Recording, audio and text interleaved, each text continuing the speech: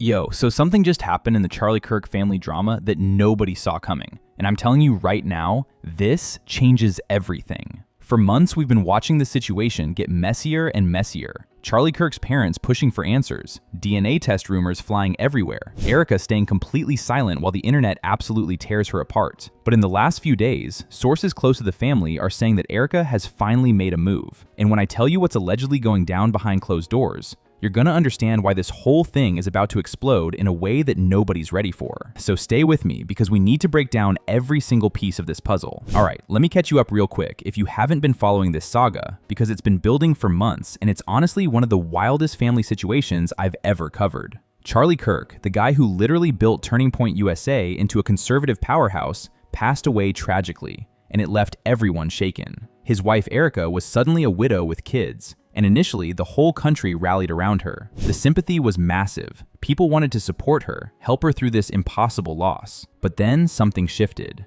Erika started doing what people have been calling a grief tour, showing up at events, doing speaking engagements, posting content that honestly felt less about mourning and more about maintaining a public presence. And look, I'm not here to tell anyone how to grieve, but people started noticing things. The kids were barely visible. She had nannies handling them while she traveled. She was moving fast, maybe too fast for some people's comfort. For Charlie's parents, watching all of this from the sidelines while dealing with their own grief over losing their son, it apparently started raising some serious red flags. They began asking questions privately, not attacking, just concerned grandparents wanting to understand what was happening with their grandchildren. But according to insiders, those questions weren't being answered the way they hoped. Now this is where the internet entered the chat and things got wild. People started digging into Erika's past, and what they found made them start connecting dots that honestly looked pretty suspicious when you line them all up. Before she married Charlie, Erika was in some pretty serious relationships. We're talking about Tyler Massey, a professional baseball player who she was all over social media with.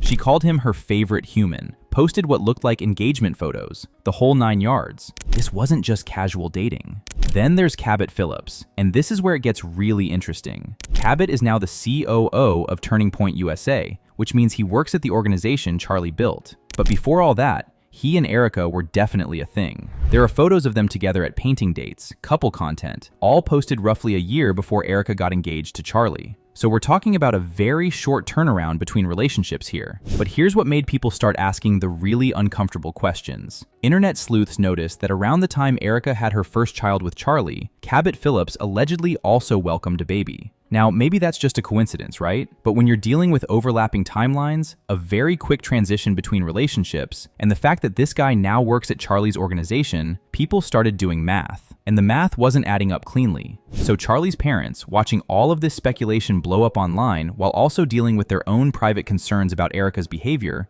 allegedly reached a breaking point. According to sources close to the family, they started pushing for something concrete. They wanted a DNA test. Not because they wanted to hurt anyone or create drama, but because they needed to know the truth. These are their grandchildren, or at least they thought they were. And if there was even a possibility that Charlie wasn't the biological father, they deserved to know. Now here's what makes this even more intense. From what insiders are saying, when Charlie's parents brought up the DNA test, Erika didn't explode. She didn't fight back aggressively. She just went quiet. And that silence apparently spoke volumes to them. If someone accused you of something that serious and you knew it wasn't true, wouldn't you immediately defend yourself? Wouldn't you say absolutely not? Let's do the test right now and clear this up. But according to people familiar with the situation, that's not what happened. Instead, Erika allegedly made a move that blindsided everyone. She reportedly cut Charlie's parents off completely. No more access to the kids, no more visits, no more calls, no more relationship. For grandparents who just lost their son and were trying to maintain a connection to their grandchildren, this was absolutely devastating. And from their perspective, it looked like confirmation of what they'd been suspecting. If you have nothing to hide, why would you cut off your children's grandparents instead of just proving them wrong? And this is where we need to talk about something that's been bothering people for a while now. Erika has told multiple different versions of how she even met Charlie. And when you're already dealing with questions about timelines and paternity, having an inconsistent origin story is a massive problem. In one version of events, she claims they randomly met at an airport in Israel. She was there with her mom on a religious trip, standing in line, and there's Charlie. Her mom encouraged her to say hello. Very romantic, very fate-driven, very much a story you'd see in a movie. But then in another interview, she tells a completely different story. She says Tyler Boyer, who's now a top executive at Turning Point, set them up. It was supposed to be a job interview with Charlie, but at the end of the meeting, Charlie told her he wasn't going to hire her. He was going to date her instead. Okay, so which story is real? Because they can't both be true. And here's what makes people even more suspicious. There's documented evidence that Erika was already connected to Turning Point circles as early as 2015. Tyler Boyer has publicly stated that Erika helped organize Trump's first Arizona rally in 2015 and was positioned right behind the president. So if she already knew these people, already knew Tyler, possibly already knew Charlie, or at least knew of him, why is she presenting their eventual relationship as this random chance encounter years later? It doesn't make sense. And when you're already facing scrutiny about other aspects of your story, these inconsistencies become impossible to ignore. So after months of staying completely silent while the internet lost its mind with theories and speculation, sources are now saying that Erika has finally responded to the situation, but not publicly. According to people close to the family drama, Erika has allegedly communicated through intermediaries and legal channels. And what she's saying is interesting. She's reportedly framing this entire situation as harassment from grieving in-laws who can't accept that she's moving forward with her life. She's allegedly claiming that the DNA test demands are invasive, inappropriate, and traumatic for the children. Close sources say she's positioned herself as a protective mother who's trying to shield her kids from a toxic situation created by Charlie's parents.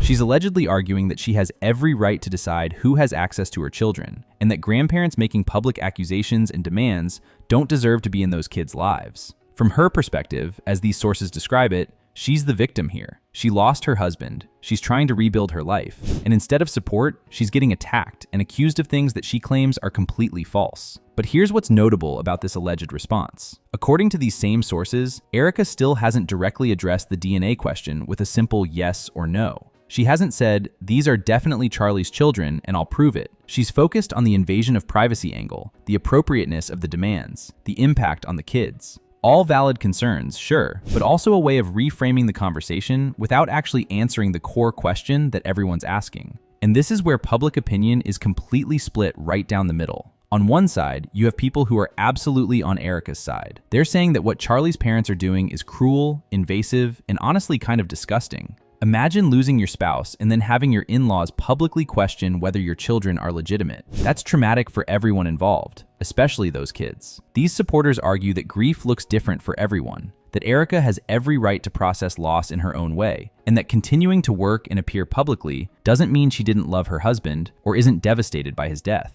They also point out that grandparents demanding DNA tests and threatening legal action is a nuclear option that damages family relationships permanently. Even if the tests prove Charlie is the father, the damage is done. Those kids will grow up knowing their grandparents publicly doubted their legitimacy. That's heavy, and it's something they'll carry forever. So from this perspective, Erika is protecting her children from a destructive situation, and Charlie's parents are the ones being unreasonable. But then you have the other side.